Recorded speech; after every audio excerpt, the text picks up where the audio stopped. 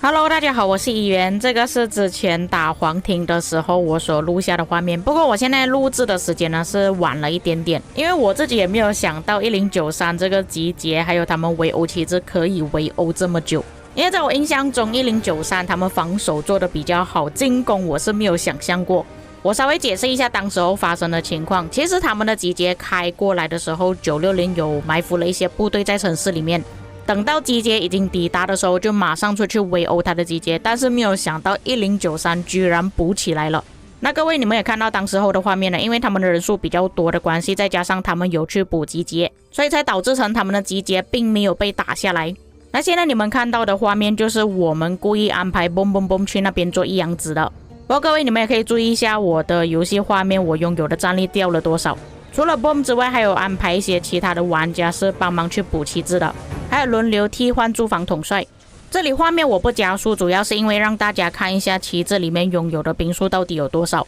各位你们可以注意看到，当我每一次点开旗帜的时候，其实都差不多到一半的位置而已，没有全部都满。在之前有打一阳子的时候，我就有讲过，其实旗帜要塞，你只要把那个血线不拉上去的话，其实出来的战报都是非常亏的。所以在当下我填兵的时候，我已经想到这个报告可能出来会很亏了。不过尽管是亏也好，我们也是要努力的去守着旗帜。当时候960管理层也是叫我们把那些小号全部都撤走了，只能放大号，所以你们才会看到我的画面是用自己的账号去补兵了。各位观众也可以参考我这个补兵方式啦，当然不是用自己账号，如果你们有小号的话，用小号补也是可以。记得要替换你们拥有的部队，当血量剩不多的时候，就要马上回家去换新的部队过来。那从画面上各位也看到，当我的部队放进去之后，是一瞬间血就变成红色了，所以可想而知那时候1093的集结还有他们的围殴到底有多痛。你们也可以看到我刚刚放进去的霍去病不到10秒的时间就已经变成红血了。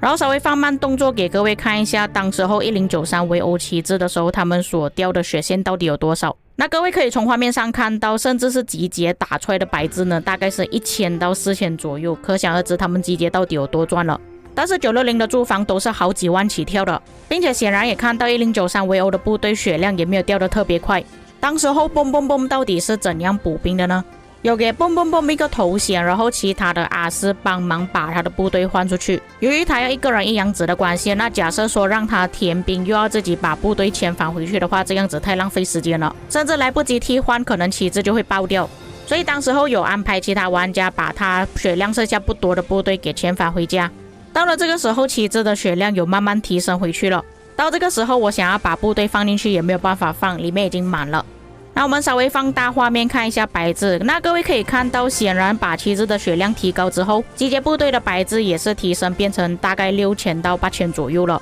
不过各位可以注意看一下刘彻的白字，大概也是2000到3000左右而已。不过显然的，把血线拉高还是很重要的。不过很可惜的是，最近不知道版本的问题还是什么，就是有很多时候白字都看得不是很清楚。尽管我这个画面是已经开了简化模式，依然还是看不清楚。甚至听说电脑版是完全看不到白字的，看不到自己的部队到底有没有在围殴。到了这个时候，原本蹦蹦蹦的战力是5.2亿，现在变成5亿了，掉了2000万的战力。那960的驻防呢，是用哥哥搭配菠萝头，有时候驻防不够了，就会变成芝诺比亚菠萝头。不过老实说，当时候他们可以过来打旗帜呢，也就是因为960的野战部队不够多，没有办法叫更多人上线去帮忙把他们的野战部队给打掉。所以你们可以看到画面上，其实如果960的野战部队是在的话，是可以去打他们的。画面上也是看到不少1093的部队，其实也只是站在旁边发呆而已。而且就算人数是不够多的情况下，其实也可以叫玩家先集合，然后一波冲过去围殴掉他们的集结。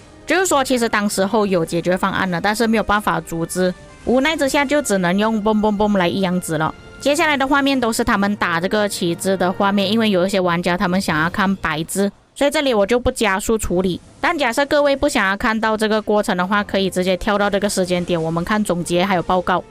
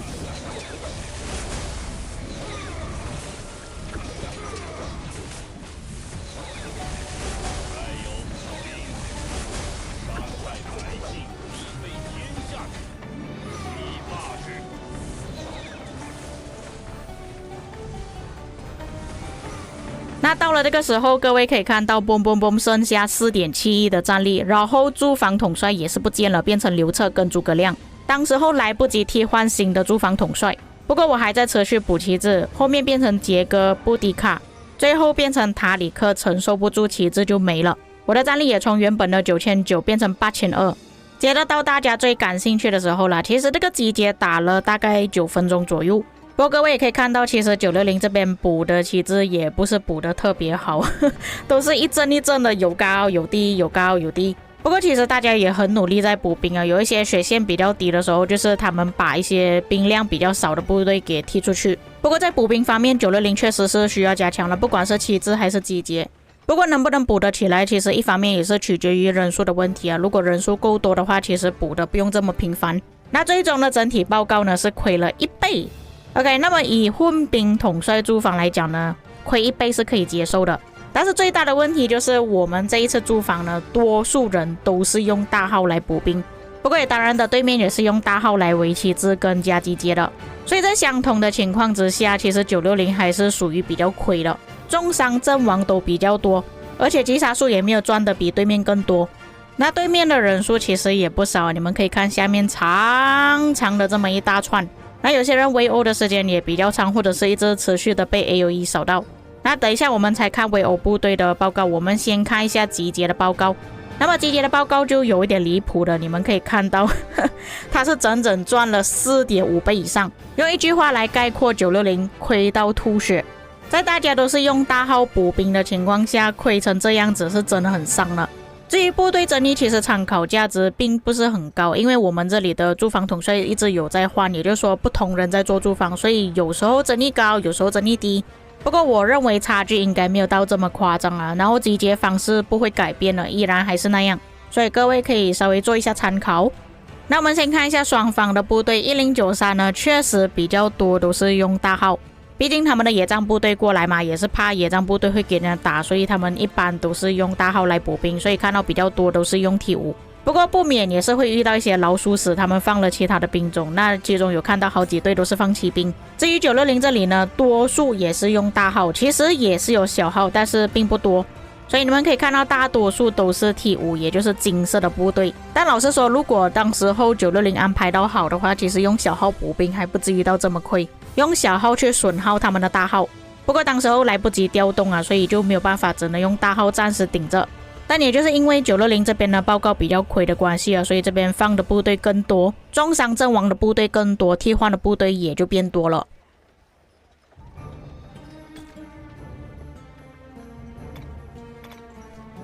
那接下来我们看一下其他的围殴部队，不过其实有一些玩家他们是站在旁边单纯被 AOE 扫到了，这个就有一点可怜。但是这个并不是集结造成的，其实集结的玩家他是跑去93A 了。这些玩家都是受到围殴部队的影响啊，刚好 AOE 还有空缺，然后围殴部队在93T， 这个也是在93T， 所以他就无端端被打了。不过我们看一下真正的围殴部队了，那你们可以看到，其实960这边的血线都是比较低了，血线还有剩下一半以上的时候还有赚那么一点点，但是当血线降到一半以下的时候，你们可以看到这里的报告开始非常亏了，可以说后面的报告几乎都是亏了2倍到4倍左右。这也是因为他们拿捏好时间，然后有持续在围殴的关系，所以后面才可以赚的比较多。所以像是在打这种旗帜或者是要塞的时候，看白字是真的很重要。当那个白字下到1000到3000左右的时候，围殴才是最佳的时候，所打出来的报告才会像这些玩家那样子赚这么多。所以我才希望官方他们去修复好白字的问题，因为当你没有办法看到白字的时候，就只能一直用侦查的方式去看旗帜里面还有多少的部队，才能决定要不要让自己的队友去围殴旗帜。我是觉得这一次的驻防还蛮有趣的，大家也是很好奇报告出来的结果是怎么样，所以就分享给各位看，希望你们可以从这一次的影片从中学习到一些东西。当然这个报告对于960而言是不太好的报告啦，不过我觉得所谓的成长跟进步就是要看自己失败错误的地方在哪里，慢慢去改进才会进步。不过这个经历也确实是血的教训呢我阵亡了大概1000万的部队，所以下次能够避免的话就尽量避免啊，因为这样子打的话确实也是很伤了。以上就是本期内容，希望各位还喜欢今天的影片，有什么想法可以在评论区给我知道，我们下个影片再见。